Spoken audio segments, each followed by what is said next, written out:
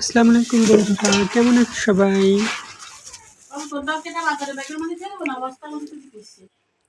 2 KG খাসির মাংস এখানে। এই যে খাসির রানের গোস্ত, এগুলি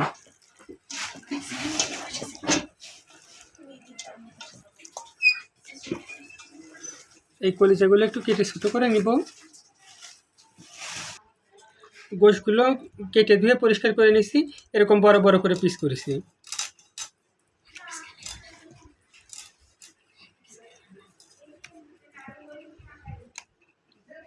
এর উপরে কয়টা দারচিনি, ইলাচি, তেজপাতা, শুকনো মরিচ দিয়ে দেবো।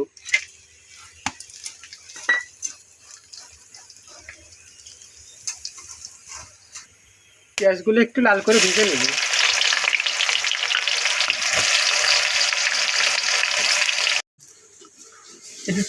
টক দইয়ের ভিতরে রসুন বাটা দিয়ে দেব, আদা বাটা দিয়ে দেব, ধনের গুঁড়ো দেব,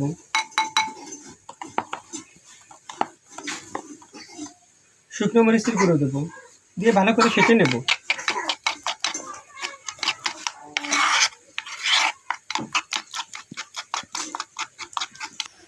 ভাজা পেঁয়াজটার ভিতরে মশলাটা দিয়ে দেব।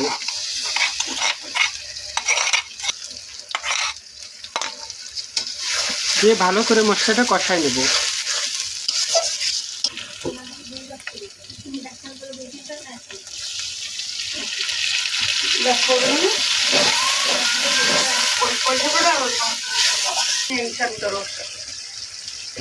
হলুদ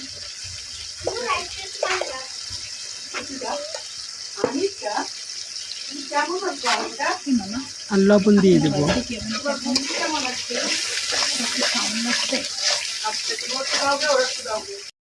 মশলাটা ভালো করে ভেজে নিয়ে মশলা থেকে কাঁচা গন্ধ চলে গেলে, যখন মশলা থেকে তেল ছেড়ে দেবে, তখন মাংসটা দিয়ে ভালো করে কষায় নেব। অল্প করে ধুই নিয়ে ইলাচি, দারচিনি আর জয়ত্রী আর একটা ছোট একটা জয়ফল ভালো ভেজে নেব। জয়ফলটা একটু থেতো করে নেব।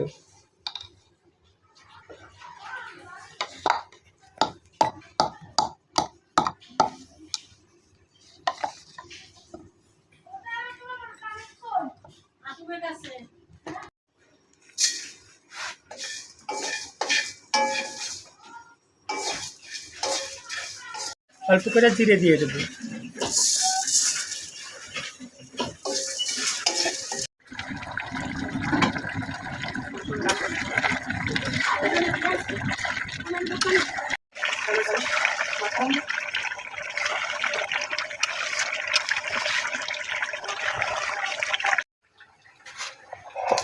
ভাজা মশলাটা অল্প একটু পানি দিয়ে মিহি করে বেটে নেব।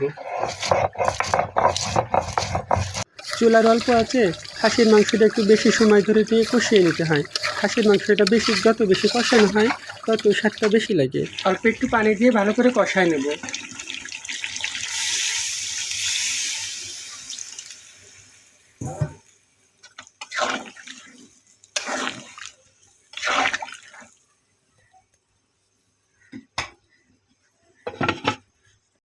অল্প করে চুই ঝাল দিয়ে দেব।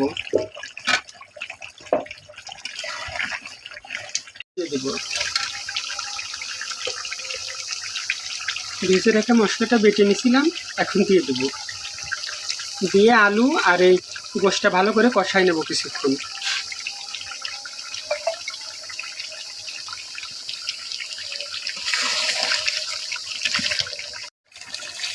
গোশটা ভালো করে কষিয়ে নিচ্ছি।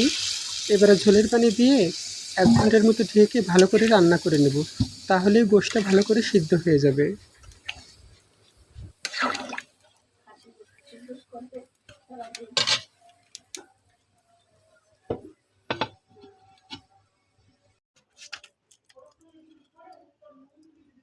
আমার রান্নাটা হয়ে গেছে, এখন নামাই নেব।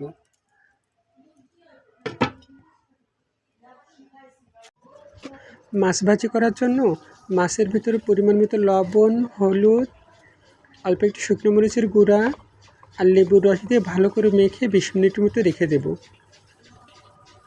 তারপরে মাছটা ভাজি করব। তাহলে মাছটা খুবই সুন্দর একটা স্বাদ আর ঘ্রাণ আসে। কড়াইটা ভালো করে গরম করে নিচ্ছি। এবার অল্প একটু লবণ দিয়ে দেব।